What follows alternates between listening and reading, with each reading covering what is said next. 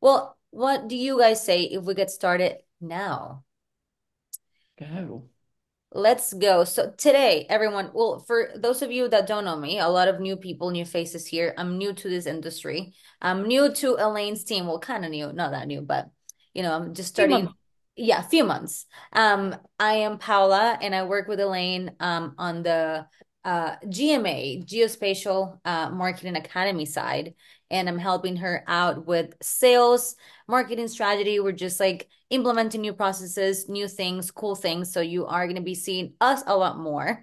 And today we're going to be talking about leveraging influencer marketing in geospatial businesses, which is an amazing, interesting topic. And we have two amazing guests, other than Elaine, which is also amazing, but we have two main speakers that we're going to be asking questions to, and that is Rami and Michael. And I want to give a little overview about them. If you guys don't know them, they're actually very famous. I have to say, super famous. But if you don't know them yet, I want to give you a little overview about them. So I'll start with Rami. He is a PhD student in the geodetic engineering at the Ohio State University, researching the integration of traditional field surveying with advanced geospatial technologies. Very interesting. He also creates engaging YouTube videos. Like I said, he's pretty popular that educate others about the surveying and geospatial industry and showcases exciting new technologies to over 60,000 followers and subscribers. Now, Michael, on the other hand, he's CTO at Overhead 4D, and he actually says 2D is against his religion. He actually has it in his background. He's a content creator and voice for 3D for the 3D industry with over 60,000 followers on LinkedIn. And this is a fun fact that he sent us, that he has deleted more posts on LinkedIn than most people have ever posted. So Hmm. we're gonna have amazing information from these amazing speakers. And now I want to hand it to Elaine, and she's gonna be just going over a lot of amazing things. So Elaine, you're up. Thanks, Paula. So, hello, welcome everybody. So, this is a really hot topic, and especially as it's going to be growing legs within geospatial. So, I wanted to sort of pick these guys' brains. And we're going to be able to do that. So get your questions ready and put them into the Q&A box. So anything that like you're thinking, I wonder what happens with this happens. Is it for me? Is influencer marketing for me? So we want to tap into it and actually find out a little bit more information with these guys. But first, I've got a couple of slides I want to share with you. So the first is what to expect today. So hello from me, of course. And the first thing is we're going to talk about is what is influencer marketing, not influence marketing. So influencer marketing. We're going to introduce you to Rami and Michael. And again, it's going to be conversational. So I want to just get the conversations going and find out a little bit more about these details. I've got loads of questions, but I also want questions from you guys because you guys are amazing and getting information back from you is great. So get those questions ready. Then, of course, I'm going to give you a little 15-minute overview on the only sales and marketing academy for the geospatial industry and the survey profession, which I'll give you a little bit background when we come to it. That's going to be 15 minutes at the end. And of course, being salespeople as well, we have a special offer for December that we're going to share with you. So, what is influencer marketing? Influencer marketing in sort of the geospatial and B2B or technical context involves leveraging individuals with influence or authority. Okay, so it's usually with a specific field, profession like surveying, and it's usually to promote a service or a product to other businesses. So most of you guys will probably know influencer marketing through the B2C world, the Kardashians of the world, usually promoting a brand or celebrity status. Now, actually, I would say that both Rami and Michael are pretty big celebrities. And if you bump into them in any of the shows, you'd be like, oh my God, it's Rami or Michael. So, actually, now, influence marketing that I did actually stop on is more to do with forms of influence. And usually it's not limited to an individual, it comes from brands and industry trends. So that's usually the influence side, but you usually find them interchangeable, and quite a lot of marketing people do interchange them as well. So now we're going to have a bit of a chat with these two. So I'm just going to stop sharing my screen so we can actually get you guys up and looking. So welcome, Rami and Michael. Woo! Thanks for having us. Hey, ladies. Thank So you. starting with you, Rami, what is your background and how did you become an influencer? Yeah, I guess the real story behind it is I was simply making content and making videos for my students at Ohio State.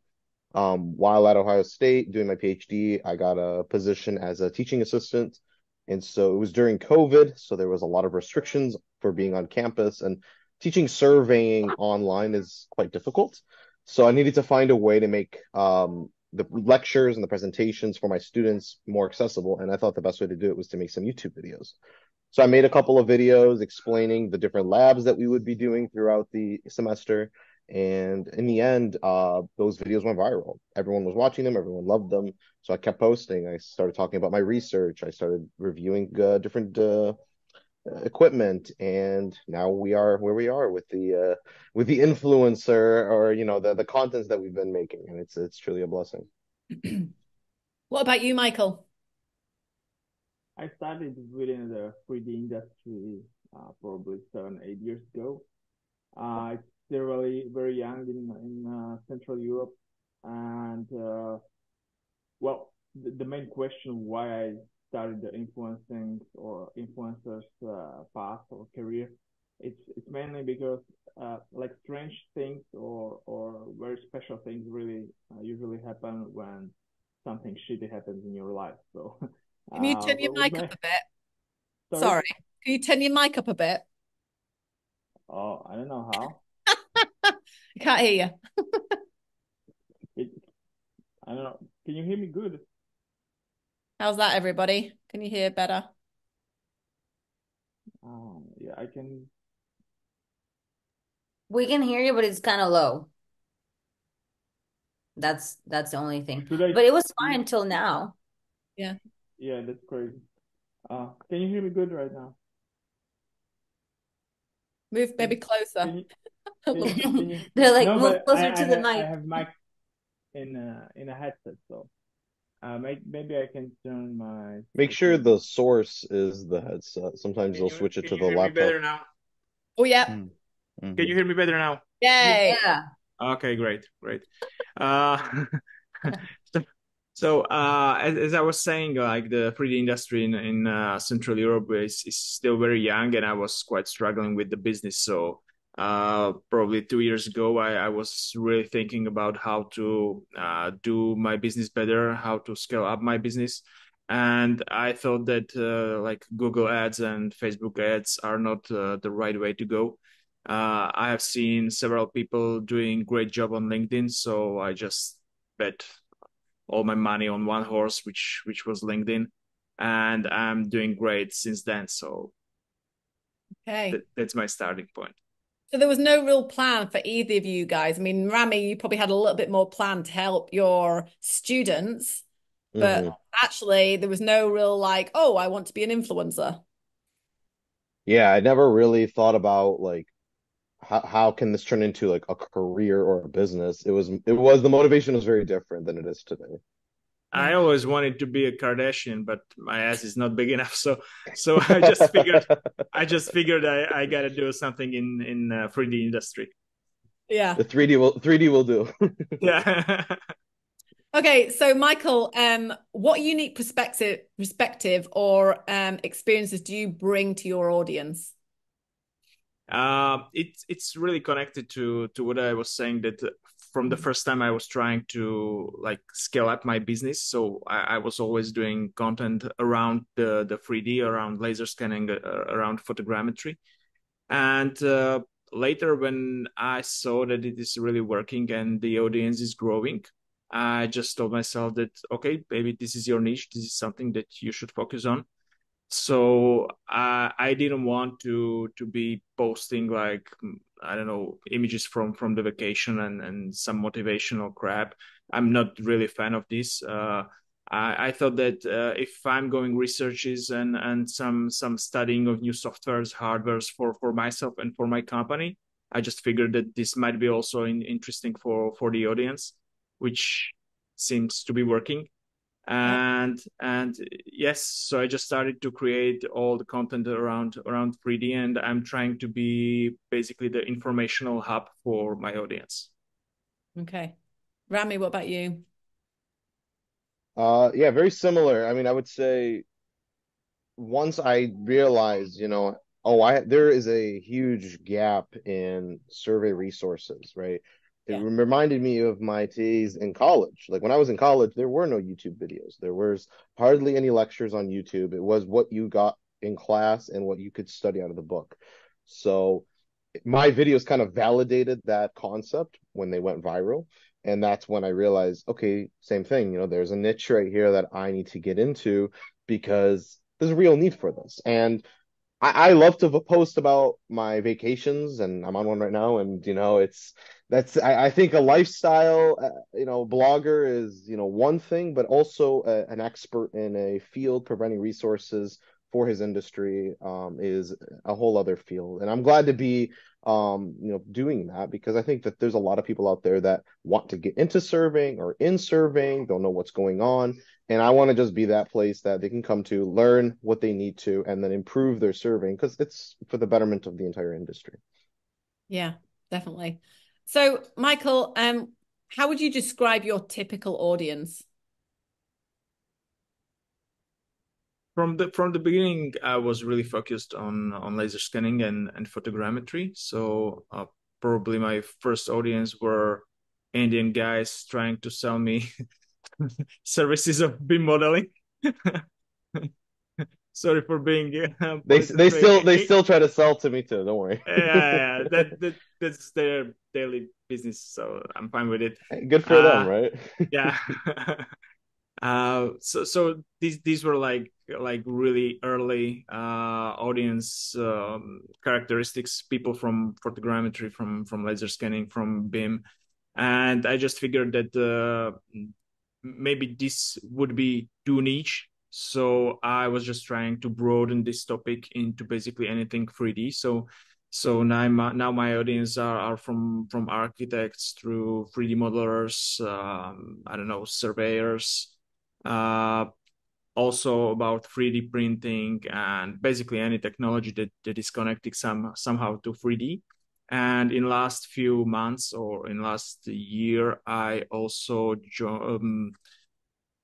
started to post about AI because it's not directly 3D, but as it's with any other industry, AI will be heavily incorporated into 3D as well. So I just think it fits. Yeah, that's interesting. Yeah. What about like the gaming industry and stuff like that? Are you picking up anybody outside of survey and sort of geospatial?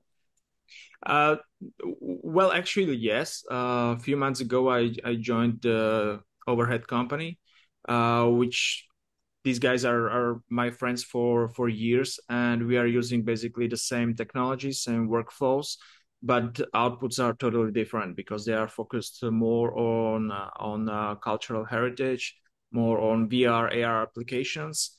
My company was focused more on scan to bin business, on as builds, and more into survey.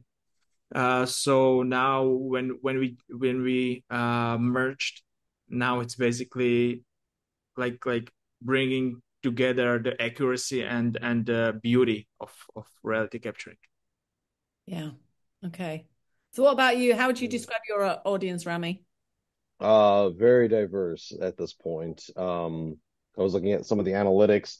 We have, I want to say like 40% are from North America, 25% are from Asia, uh, and then breaking up like everywhere. It shows that like everyone is watching, and it's surveyors, it's engineers, it's 3D enthusiasts, it's students, it's professors, it's technicians, it's retired people, it's everybody. So creating content for such a wide range of people, I realize that there are those, just like Michael said, that can collect and make a pretty picture, and then those that can create a very accurate model. So bringing the two worlds together has always been like the harmonizing point for our entire, like for what we do, for the content that we make. Yeah. Um, so I think that as we continue to grow, we are tapping into newer industries like AI. I'm also finding myself talking about AI. Who would have thought surveying and AI, like how that works? But I mean, like robotics found its way into surveying, so it's only inevitable that AI will as well. GPS started from cars. Yeah, it's the world that we live in. It continues to become more and more integrated, Yeah. and the surveyor's role is no longer just to do boundary surveys. It's like we are building the future as surveyors. Like people from other industries are talking to us, and so as they talk to us, they want to learn more about what we do. And if we don't have someone out there making content explaining what it is that we do, they're never going to know. We can't just safegate everything that we know. Yeah, correct. Why do you think they follow you? Um, Partially to be like educated, but also to be entertained. I think people maybe serving isn't the most sexy topic, but I make it interesting. I make it fun. I incorporate new technology like drones and laser scanning or iPhone mapping. Like one of my most successful content, most successful pieces of content is like doing iPhone scans and iPhone surveys because everyone has a phone in their pocket. Anyone can pick it up and start to do mapping work. Like the barrier to entry has become just a cell phone. So I make it seem like it's doable for anybody. It's within arm's reach. I think that's why people watch me. I make it seem like it's not as hard as people might make it out to be. Yeah. What about you, Michael? Why did people follow you? Um, the main feedback that I get is, or I have basically three. The first thing is very connected to my claim here because today is against my religion. So many people are giving me great feedback on this on that they are that it's very resonating with them, and they just feel the same. So that's one thing. Another thing is that. Since I'm trying almost every day bring some new software hardware into their attention, they they really save time with researching and googling, and they just get like the this micro learning every day with something new. So I think that's interesting for them. And the third thing is that what I really like is to be really edgy and controversial a little bit on my posts.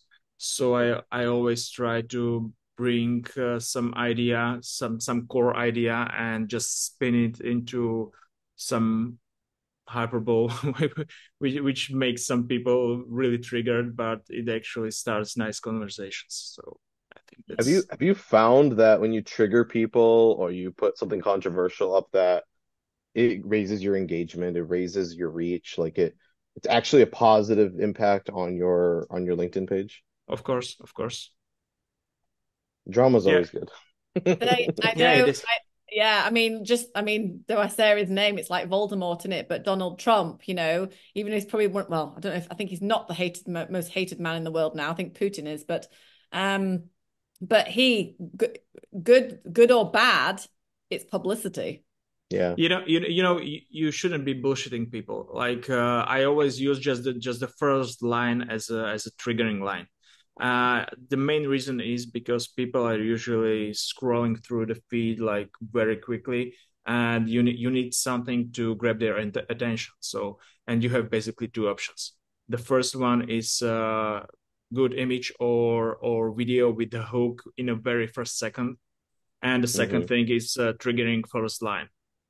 That's your only two options how to get the attention of those people, of those viewers. If you Yeah, fail on these two, then you're just going to be over scrolled yeah, Right. in the feed. I agree. Now, Rami's already given us a bit of what piece of content's worked for you. But for you, Michael, what would you say is most effective content? What have you put out there I didn't expect that. That's a very difficult question for me because mm, I'm putting too much content out from different fields, and I'm mostly uh, influenced by the algorithm, how LinkedIn works. Like I just cannot say that this post will work and this will not. I have even tested like the very same post, the same video with same copy, uh, probably within the same time, and it performed very, very differently. Yeah. So if I give you any statistics, it just doesn't work that way. Like something can go viral, you have no idea why. Something that Right you time. spend like few days preparing and you think that it's so much value, then it's going to be horrible. So Yeah. But it just takes, even if you get your quality right on your content piece, and then it's triggered. what I have found out about LinkedIn, that people don't have time to read. Like I have done it so many times that I have put a nice video. I really thought that I put some interesting idea in a copy, and questions that came into under the video and into comments. I was like, have you even read my copy or my post? And apparently they have not. So that's my finding about the audience. Yeah. Yeah, I think LinkedIn has a culture of just like scroll, see something interesting, look at it. You've got 30 seconds to grab Yeah, that person's attention, and then they're on to the next post. yeah. Yeah. It's like professional TikTok. Yeah, it's Just professional TikTok. That's a good way to put it. Yeah. What about the content for you then? Apart from you, right, the ones that you've mentioned, any other specific piece of content, Rami, that you've gone, whew, Um, if I'm doing let's see, iPhone content always does really well because it's like such a new and innovative way of like talking about data collection. If I'm talking about like brands that people know, like Leica or Imlet or DJI, those tend to perform really well because sometimes they have like a DJI drone, they just don't know what to do with it. And I'm kind of simplifying the process of using it for mapping. Or a new piece of tech just came out, like when the Imlet RS3 came out, you know, a GNSS receiver with tilt compensation for under $3,000. Like that was a hot topic. So before people want to buy it, they watch my video, saw my accuracy analysis. So there's always anything that's involving a brand usually does really well. Anything that involves new tech like smartphone mapping does well. And I try my best to do like a professional presentation with like a 10 to 20 minute runtime with different angles and different cuts. And it's much more nuanced and involved, I guess, than a a piece of content that I might put on Instagram or on LinkedIn. yeah, okay. generally speaking, like I think that everything that seems to be disruptive in certain industry, it seems to be working. Like if there is something very new AI solution, or as Rami said, like iPhone scanning is doing really great, Mm. and Yeah, you get also a lot of haters, so it's win-win. So Hmm. definitely. We've got a question from Jesse. How do you navigate the fine line of legal practice and teaching the public a useful skill? Yeah, that's a good question. Question. So there are legal, I guess, legal practices that only, professional surveyors can do. But teaching the fundamentals of surveying does not fall under that. When we talk about legal, we're talking like Alta surveys, we're talking about boundaries, we're talking about land division, easements, things that, get recorded and things that are, you know, delegating land to other people. That's legal practice. But teaching you how to set up a GNSS receiver with a base and rover, teaching you how to collect data with drones, teaching you how to compare data sets, like that's just teaching you fundamentals of surveying. And that's my entire like channel is, getting you into it, teaching you what the processes are. And then if you want to get into those legal practices, then definitely be able to do that. That's now that's you taking it to the next level. Mm, yeah, good question, that one. So Rami, how would you balance, or how do you balance educational content with promotional content? The education is my priority because no one's going to watch something if they're not going to learn from it or find it interesting or there's got to be something they're going to take away from this video. That being Yeah. said, promotional content or sponsored content from manufacturers or different companies, that's what helps us run the channel. That's what pays the editing, the marketing, the business side of the YouTube videos. So I think a lot of the audience members understand that some of the content, is paid. I do get paid by these companies to promote their brands, but also they're learning something. They're going to watch this video for free, learn more about this technology, and I'm not forcing anyone to buy anything, but I'm also showing new solutions, new ways of doing things, and having that healthy balance between education, making sure that's the focus, but also educating the audience that, hey, this sponsored content is what lets us run the channel is a really good balance. And I haven't seen any backlash from it. I think it's actually been very positive growth for the channel. Yeah, definitely. What about you, Michael?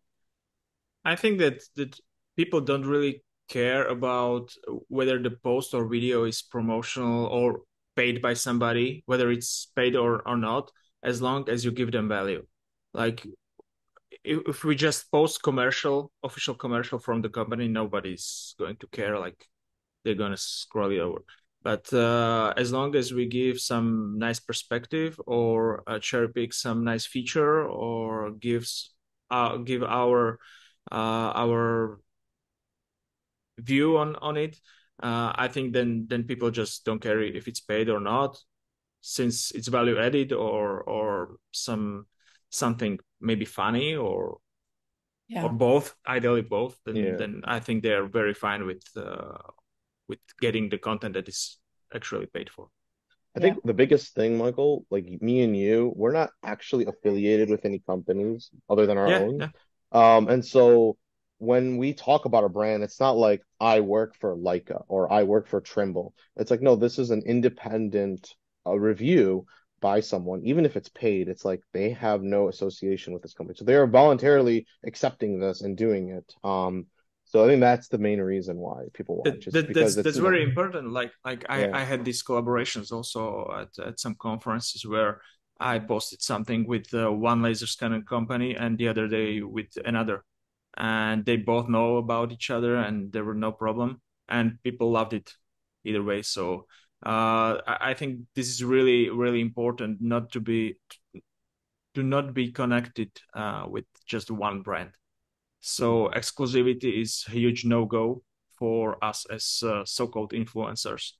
Yeah. We want to work with basically companies that are trustworthy, that we are using or we would be using in case of situation that we need this special technology, this certain technology. Okay, so we need to trust the company. We wouldn't just post anything just because they pay us. right. That's the first thing. And the second thing, we really can be doing one day video with Leica and another with Faro. And they are okay with this. Hmm. Well, the more popular you get, they have no choice. Unless they pay you millions. But the feedback from them is actually that they are okay with this because they also feel that the authenticity that we are bringing into the industry or into social media is very important. It's very different if we put something out with our uh, charisma, with our authenticity, and it's very different to when somebody within the company puts out some commercial or some video that is obviously paid, not paid for, but it's obviously just to be selling In-house. something, right? Yeah, Yeah, it's in-house. Yeah. yeah, exactly. Yeah, definitely. I think we've got some questions, haven't we? That's popped We up. do. We have a bunch of questions here. Love it. Go for it. First one. So, People are uh, actually watching. That's nice. yeah, they There's are. engagement. I love engagement. Yes. I Yeah, know. It's amazing. Rami and Michael, do you state which part of your content is sponsored and by who? Yeah, yeah. On YouTube, there is an option I select where in the top, let me make sure I get this right. The top left corner, it'll say paid promotional video. And then in the description, I usually will say thanks for whoever for sponsoring this video. And then usually it's a link to their product or service or whatever it is that we were talking about. So I think YouTube guidelines say I have to disclose that. Yeah, So we never hide it. yeah. What about you, Michael? Yeah, LinkedIn is quite different. It's a few years behind other social media, like in everything else, with from the resolution of videos through analytics and this stuff. So also with this, they have this option to like select that this is promotional content, but this this is not something that I would be using every time.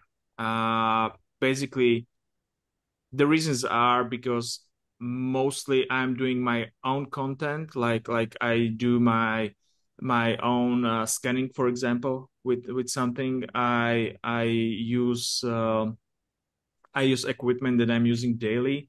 It's I don't look at it just as a pure commercial or just advertisements. It's like I'm using those equipments anyway, right? So I'm just getting like sponsored is not the right term. Um, it's just beneficial for both sides that I mentioned the company, right? I rarely use logos of companies. So what I usually do is I sometimes I do some funny stuff around the brand in the copy on the post. Uh, it sometimes look like I'm actually telling people that not to buy this solution or this stuff. So yeah, I'm really trying different stuff, and I don't think that it needs to be highlighted every time that I do something. And of course, since I do have my core business, it's not like that like 90% of my content is paid. Like I have maybe I don't know like 5% of my content paid. So it's That's not yeah, I think something. that's something we should mention is like not Yeah, everything is in yeah, is Yeah. most content is not. It's like exactly, exactly, when one video gets sponsored, it covers the cost of like 10 videos. So exactly, exactly. we do put out a lot of just normal videos, just ideas that pop in our heads. In Yeah. 1 month on LinkedIn, I put maybe from 30 to 40 videos in 1 month, and I don't know, maybe two or three are paid. So it's not like we are doing just paid Yeah. Correct. Yeah. stuff. And that leads me on to a good question, actually, is like, how much, if somebody wanted to sponsor you, how much do you get paid? How much do you charge? Even Elena had to pay us to be here, so we are very, very expensive. Yeah, they're very expensive. It was really expensive, actually. So enjoy this, guys. Everyone I connected. didn't. I look really Uh, red because my fire's on, by the way. So I'm Yeah, like, she's right. yes, I'm sitting with a that's gilet on as good. I well. like She's like, I that. spent all my money on this. Important question, though. What do you guys say? You want to give You us an you Uh, guys are a waiting for round number? answers, right? you're waiting for whenever we bring up money, it's always like this. It's I'll go. interesting. They're wanting to It's know. money. It's money. It's I can fine. tell you I can tell you one thing. During this weekend, I'm building up the Lego Technic, the Ford Mustang car. I like 1,400 pieces, and I'm just doing this for the for that Lego stuff, not actually being paid. So I'll just pay the by barter. Lego. So this is one side of the things. Another side is where we get paid a lot more, but it's in different conditions with Well, just different give us. purpose and different needs Yeah, like from the company. it's like depending on the type of content. Like if Elaine hits me up and says, "Hey, let's do a webinar together," this is a collaboration, I consider it, right? Elaine is an influencer in her space. Michael's an influencer in his space. I'm an influencer in my space. So a collaboration like this is mutually beneficial to all creators. So we don't charge usually. Michael's joking, by the way, guys. We don't usually charge for something like this. So what I would say is when it's like a large brand who's dedicating themselves on an entire video, then at that point, we charge them, a certain rate. But companies that are like, hey, we just want to take a 30-minute time slot, we just want to get a quick mention, we want to say that, we support Rami or we support Michael for what he's doing, then that has its own charge.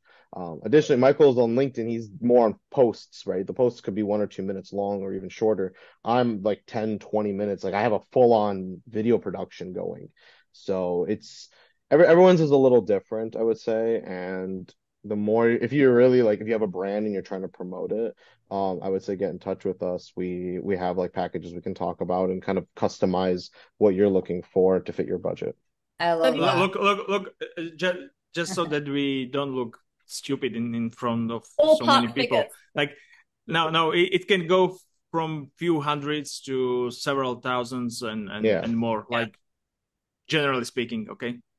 yeah. Depending on what it is, right? I assume. It's hard to put a number. Like it's like it's Yeah, I get different. it. Yeah, yeah. Yeah. And that brings Ben sent a question to us, and he's like, how do you all value your content when setting up a marketing agreement with a big brand vendor? So it comes a little bit of along with the topic that we have right now. Like, how do you value that content, right? Like, what's in it, like, to make a decision how much you're going to be charging that brand or It that vendor. needs to be, yeah, it needs to be relevant. That's the biggest thing. Like I'll get companies that are like, I don't know, vacuum cleaners. I've had someone with like a smart vacuum cleaner tell me, "Hey, I want you to promote for me." If I was doing just 3D videos like Michael is, I could find a way to make it work, right? But my focus is serving, and that's like Yeah. making this brand deal make sense.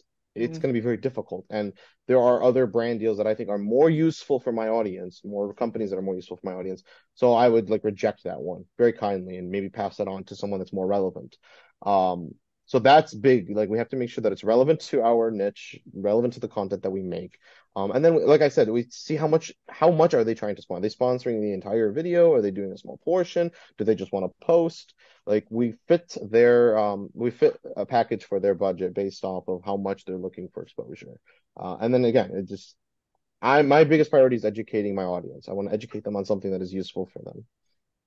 I agree with Rami. Like, I have to decline several times Victoria's Secret because they wanted me to sell bras, but I was I really had problems with this This because guy. this is really not connected to my focus and to my audience. So no, Rami is right. It needs to be really relevant to your audience and to the topics that you actually understand and where you can actually bring the value. We are not on Instagram where you can influence on anything. Like YouTube, what is doing Rami and LinkedIn also, it's serious stuff. So any collaboration that we do needs to be really relevant to us and to our audience. Hmm. Awesome. Um, Another question. People are on fire here asking questions in the chat. Do you both personally do the post processing and distribution of your content? Yeah. Yes. Yes and no. Yes and no. It depends. Sometimes I get really, really busy with my own work because I still have I still work. There you go. And so when I get like into those months that it's like super busy, I will sub out the editing, the marketing. Like I have a team that'll help me. There are services out there that like they will step in and help content creators just post process their content. So, just like companies sometimes outsource post processing for their point clouds or for their data sets, we do the same thing in the media space. We post process our videos outside. If I'm not that busy, yeah, I'll do it myself. Why not?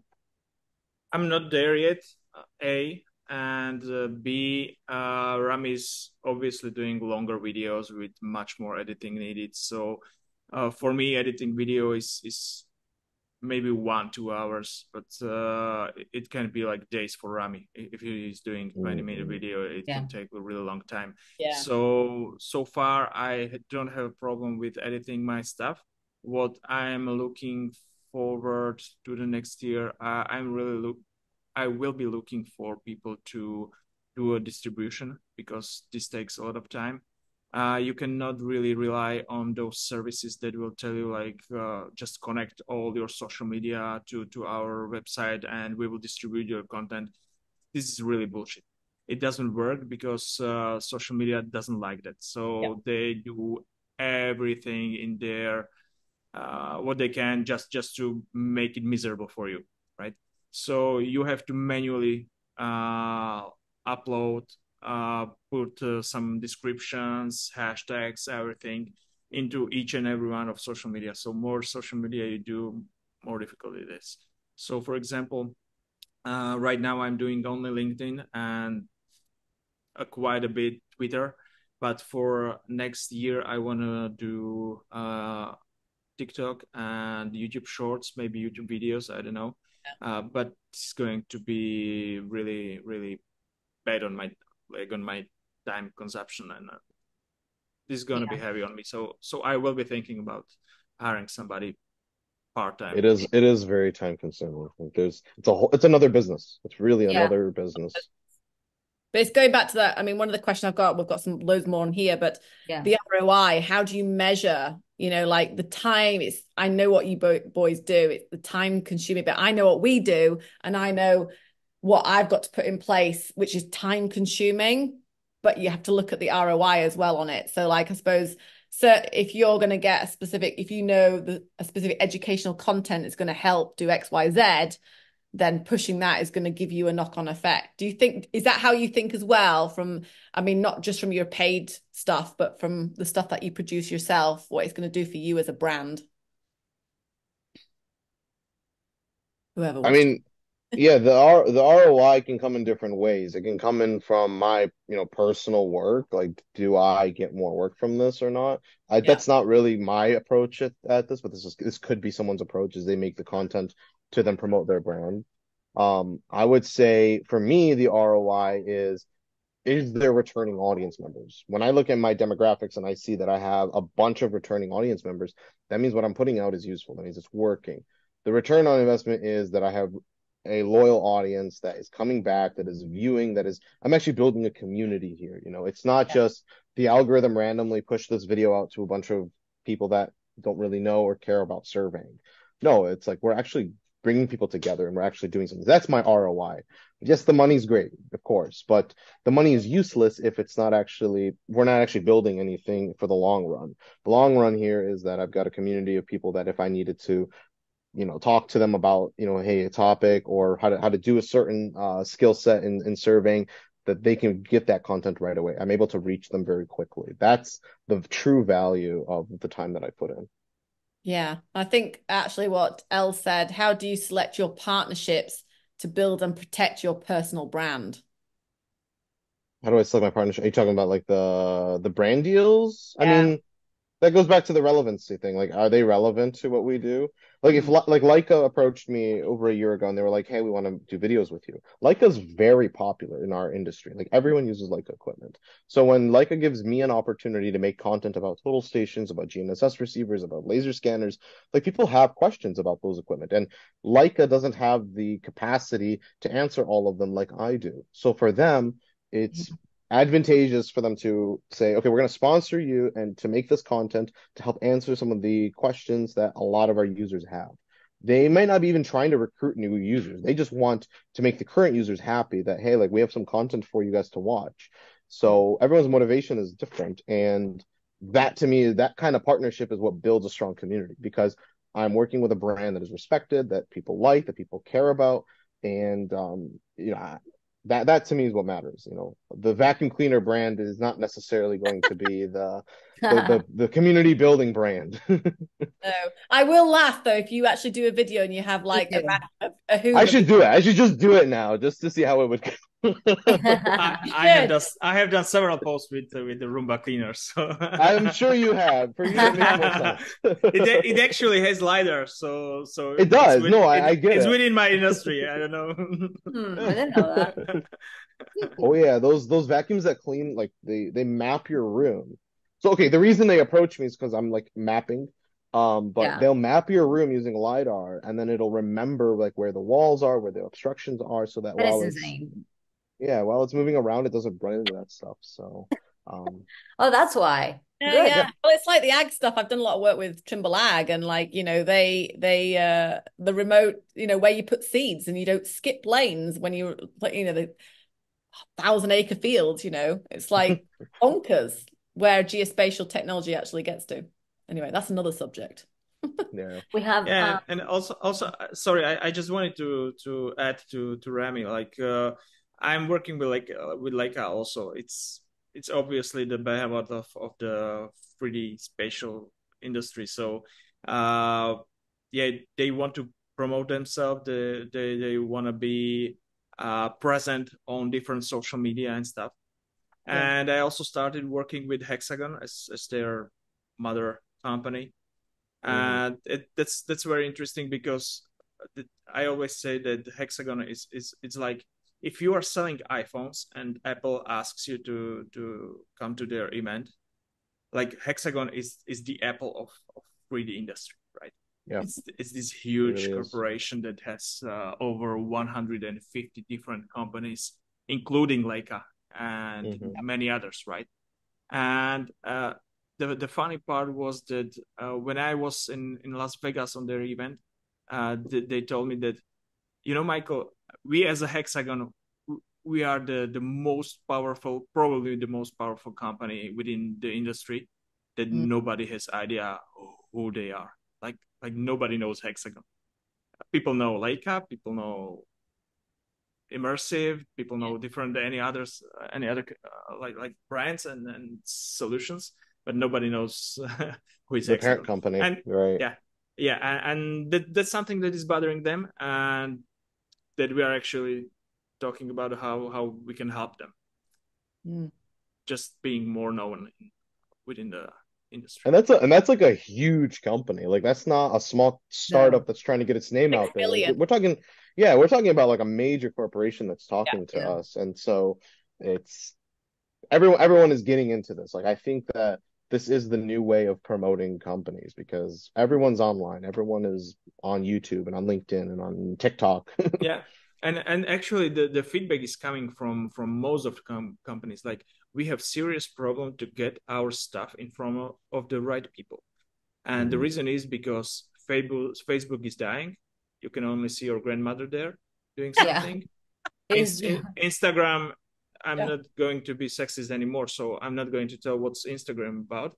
And you just cannot promote laser scanning or photogrammetry there, right? Or survey equipment.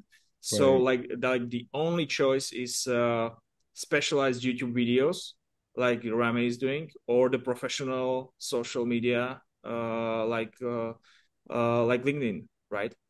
Yeah. So I think we are really covering two main distribution channels for B2B, for business to business, and I really think we can add a huge value added to companies that just want to bring their solutions in front of the people.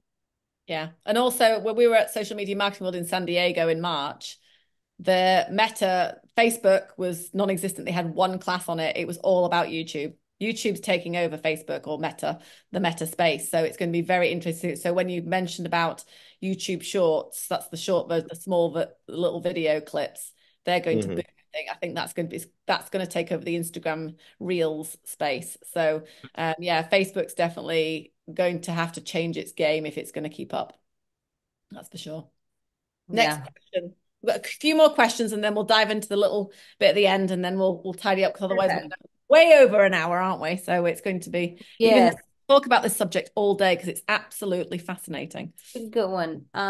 Okay, I think this is a good one. So, do the brands send you equipment or software to beta test for the content post?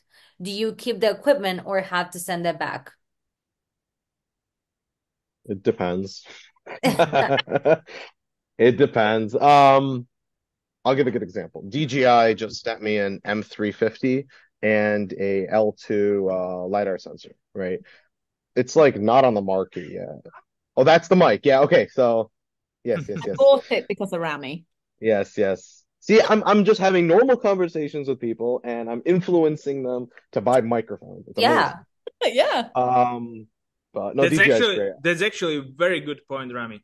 Like Yeah. influencing is not about getting paid for what you say. It's actually about giving away the value to people. Yeah. Yes, Yeah. Like yes, yes. just saying you should do this or you should do that.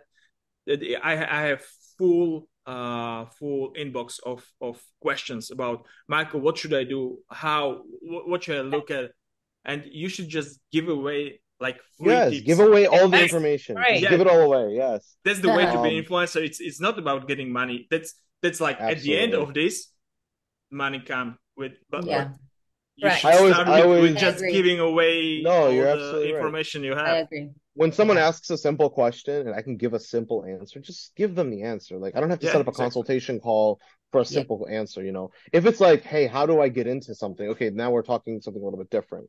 But like, hey, like I need a better mic for my videos. What do you recommend? Buy this. Like it takes 2 seconds to help Yeah. somebody. So, but to get back to the question, so Sorry. DJI sent me this drone and this LiDAR sensor. You can actually see in the video, I just posted the video like 2 days ago. You can actually see it says that this is a demo unit, not for resale. So, and I thought I didn't even realize it until after I posted the video. Like while I was editing it, I didn't notice it. I edited that one myself, but it actually says that this is a demo unit, and I'm sending it back obviously because that's just the contract that I have between them. But there are other companies that are like, hey, we'll send you the equipment for free and we want you to just test it. And it's a gift from us, whether you make a video or not, you know, it's a gift from us. So Mm. there's different ways. That's why when you ask about money, it's like some companies will give you the equipment as the compensation, right? So it all depends on the contract that I have with the company, with the brand, Yeah. and you know, whether it's a demo unit or an actual production unit, it depends on where they are in their business development. Yeah. Yeah, absolutely. So one last question, Paula, and then we'll jump onto the Let's do Norman because he actually posted in the Q&A side of things. So oh we're yeah, the only one. Everybody else was commenting on the chat. What were some of your biggest challenges when you first started in the industry or being top influencer? Time. It consumes so much time, which is not paid for from the beginning.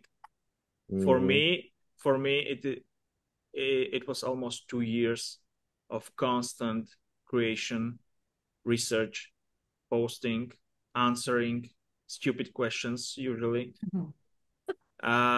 But that's part of the job. Like you cannot be expecting the money from the very first day, week, or even a month, or even year. Year. Yeah. Like I got first money after 1.5 year, and it actually wasn't money. It was actually an invitation to Hexagon event, which with was me. paid for, but yeah, yeah, exactly. Uh, which was paid for. That's great, but I didn't earn any money from it, right? I just had a great vacation there, so. Mhm. But this was actually my first like paid or commercial collaboration. Mhm. So you shouldn't be starting with the vision of money. You should be starting as enthusiast, as a 10-year-old boy who wants to be in NHL one day, and you're gonna just do what you gotta do every day. Just do what you gotta do, and it comes. Hmm. Yeah, Love absolutely. that. Yeah, I agree. I think that the motivation is important. When I first started, I was not making any money either. I had no money to begin with. I was driving an old truck, and there's actually a YouTube video out there when I went to commercial UAV in 2021. I flew on a Frontier flight for $60 to Vegas, stayed there for like 24 hours, and I flew back because I couldn't afford a hotel room. And I love that video because it was like I had no sponsors, I had no views.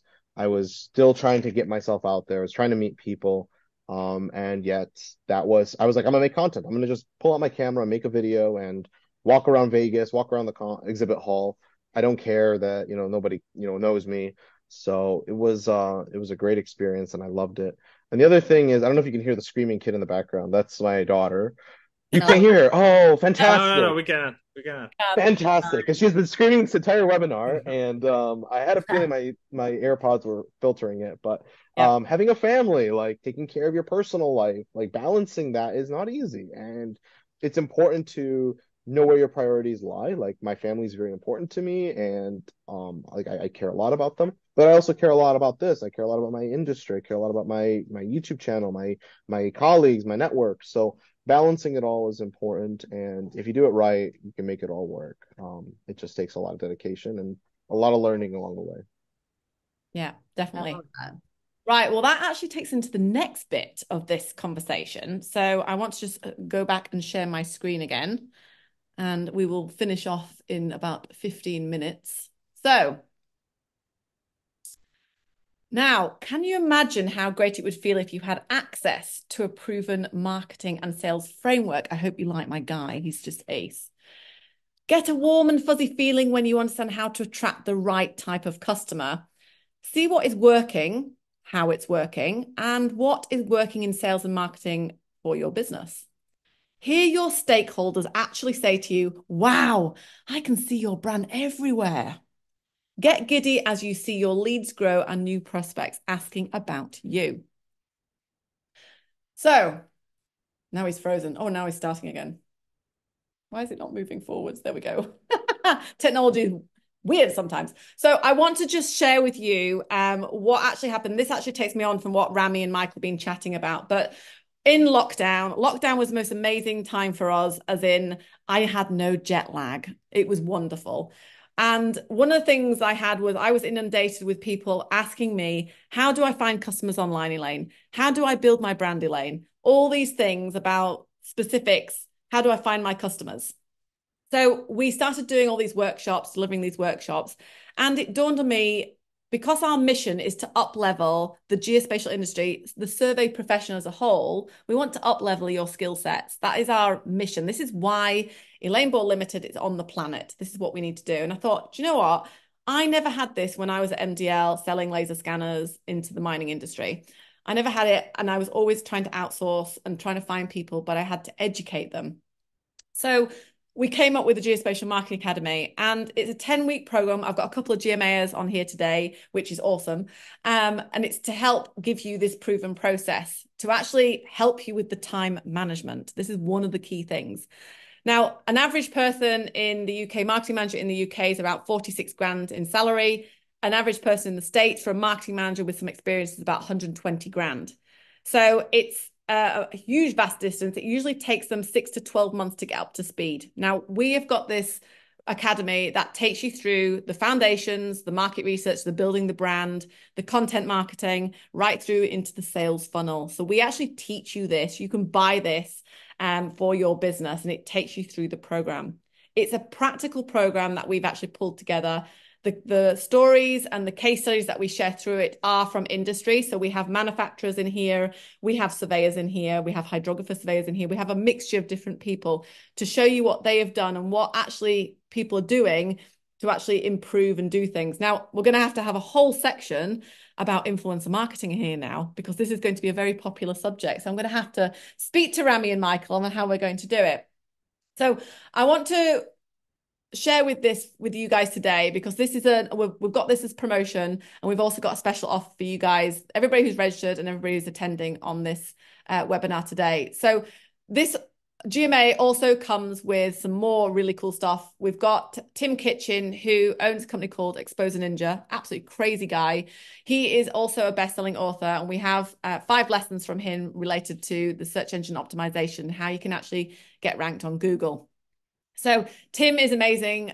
He also, the lessons are very focused on our customer base. So you'll see some of the customers in GMA on his lesson board with regards to actually people that we've actually worked with, and also who he's picked on to actually go through their stuff. So that is part of the offer that we've got. The other one is we have got an offer with Paul Riley from Tom Riley Associates, based out of the States. So he's provided 3 lessons, value-added prospecting, the value-added sales call, very important, and of course, the persuasion or techniques that they use in sales.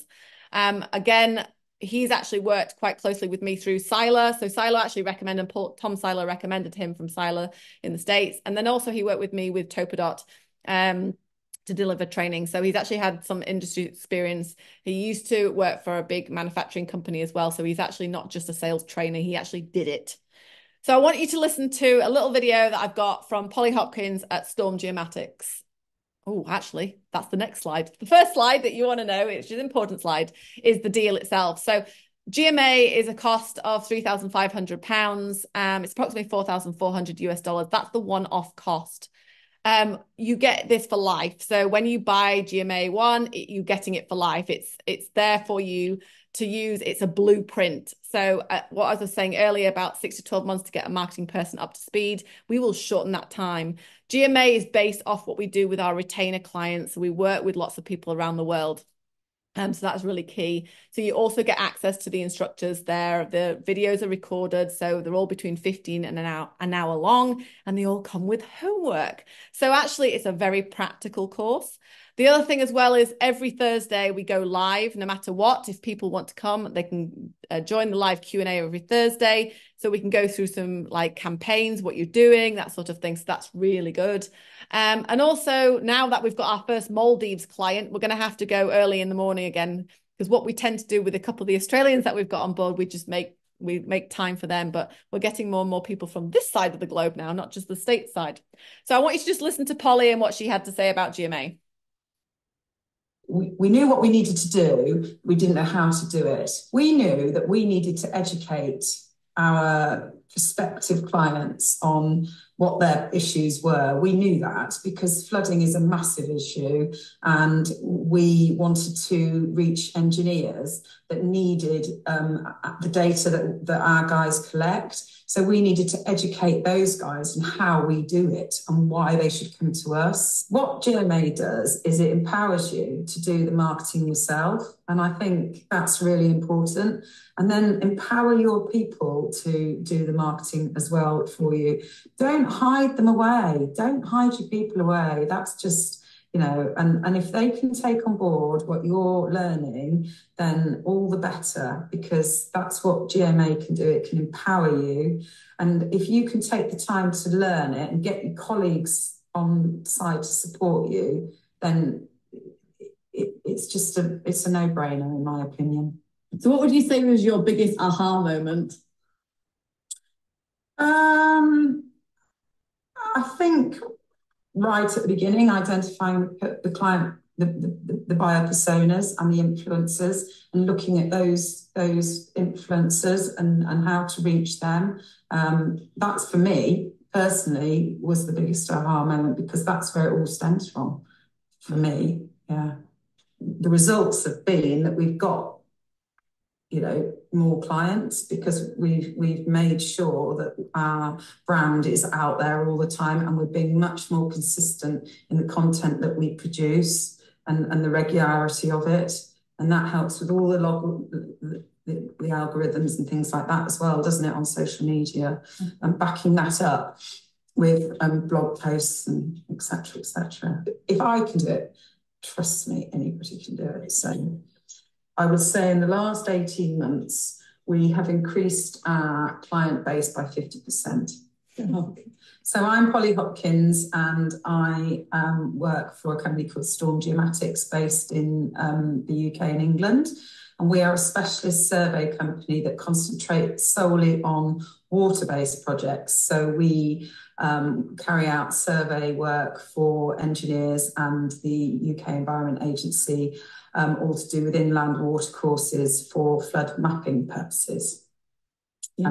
And my role in the business is, because we're a small company, is a couple of different things. I do or attempt to do our marketing, and I also look after our bookkeeping and accounts. Yeah, so Polly is a great example for you guys to tap into, and you'll notice if you go onto her LinkedIn page, they're very consistent with their content, and I'd like to actually interview her again, because this was last year when I interviewed her, so she's now absolutely grown crazily amount of people, and they're actually attracting loads of young surveyors to actually go work for them because they're seen and heard within the market. So it's been very good. So if you're interested to look at our special offer, you want a demo of GMA, use the QR code on here, and you'll get a full demo of what actually GMA is all about, if it's for you or if it's not for you, and that's also fine. So that's good.